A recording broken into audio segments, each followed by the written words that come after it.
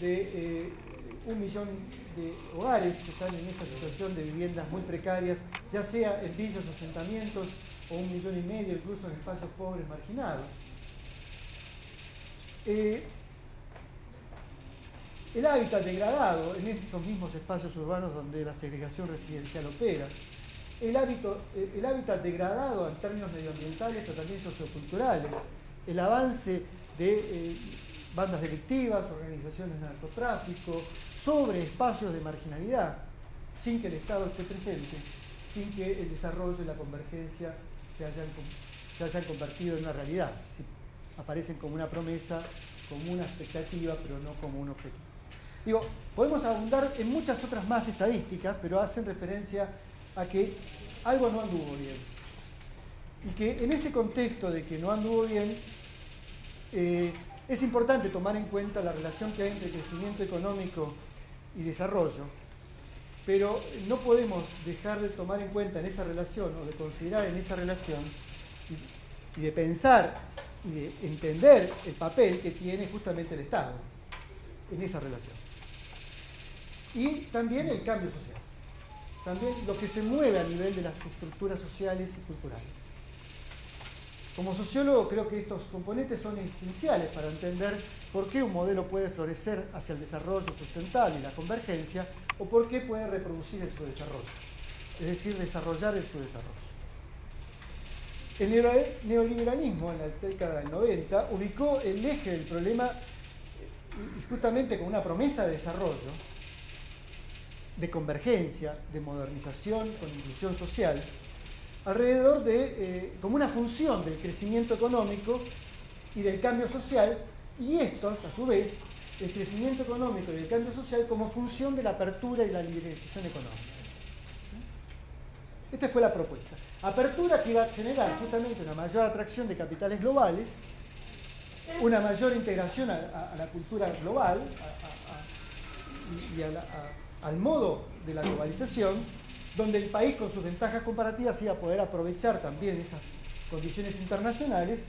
Esto iba finalmente, después de una fase de crisis de los sectores menos productivos, a traducirse en un mayor crecimiento económico, ese mayor crecimiento económico con una mayor capital humano y capital educativo y capital social de la población, ya con una mirada globalizada, iba a permitir que las fuerzas del mercado operaran y efectivamente el capital se instalara en nuestra capital internacional, floreciera en una acumulación mayor, demandara más fuerza de trabajo y efectivamente viniera la convergencia, por destrucción de los sectores de más baja productividad e inclusión hacia sectores más modernos, con una cultura más moderna. Ese modelo fracasó. Ahora, no solamente podemos decir que fracasó por la crisis 2001-2002, o porque nos querramos decir políticamente que fracasó en sus objetivos de desarrollo, en la promesa de desarrollo, más allá de que hubiese podido lograrlo o no. Pero no es que necesariamente fracasó en cuanto a haber creado condiciones de crecimiento económico. De hecho, buena parte de lo que ocurrió en el 2000 también se debe justamente al capital instalado durante ese periodo de los 90 en un contexto de apertura. Y no tampoco que podemos decir que haya fracasado en el campo del cambio social y cultural. La fuerza neoliberal, en términos de todo lo que implicó como un modo de pensar las relaciones de mercado y lo que implican las relaciones sociales, también se instaló en nuestra sociedad en forma muy importante. Es decir, no dejó de haber cambio social y no dejó de haber crecimiento o condiciones para el crecimiento. Lo que no hubo fue desarrollo, entendiendo como desarrollo justamente un proceso de convergencia, de mayor crecimiento de la productividad, con efectos sobre la inclusión social y esto en una dinámica sustentable. El hecho de que los dos periodos menemistas, la etapa de la Rúa, la fuerte concentración económica que se dio durante todo este periodo habla de que no hubo exactamente un fracaso del neoliberalismo.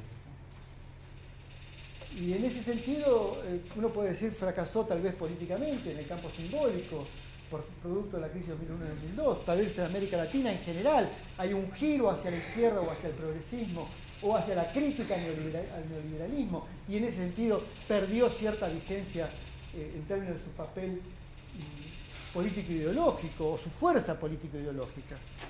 Tengamos en cuenta que esta misma crisis la tuvo también el Banco Mundial y los propios organismos internacionales, y que en esa lógica ellos también están reciclándose y no han dejado de justamente de pensar que este continente necesita más mercado, pero con más equidad.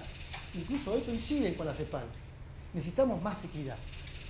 Por eso más redistribución del ingreso, por eso más inversión en educación, por eso la erradicación de los problemas de corrupción o justamente mayor democracia y transparencia, mayor inversión en infraestructura, mayor contención a los más pobres, programas focalizados, programas de inclusión social, entre comillas.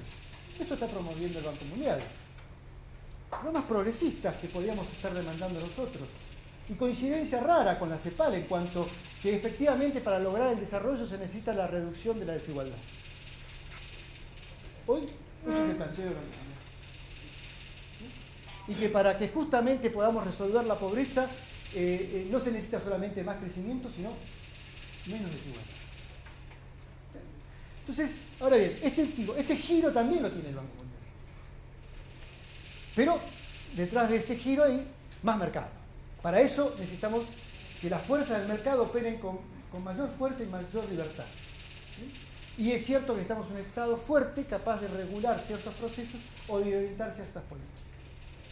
Bien, pero la crisis de 2001 y 2002 y el fracaso del modelo político ideológico neoliberal, pero insisto, no del modelo de cambio social y de inversión para el crecimiento, lo que podemos llamar como modelo post-neoliberal, post-reformas estructurales, neo-keynesiano, ubicó el eje del desarrollo, o de su propuesta o su promesa de desarrollo, como una función del crecimiento y también del cambio político institucional, o una vuelta atrás en términos de la recuperación de instituciones laborales importantes, sociales y laborales importantes, que implicaba potenciar los excedentes externos y volcarlos al mercado interno para fomentar el derrame redistributivo, vía el empleo o vía programas de transferencia de ingresos o políticas de transferencia de ingresos.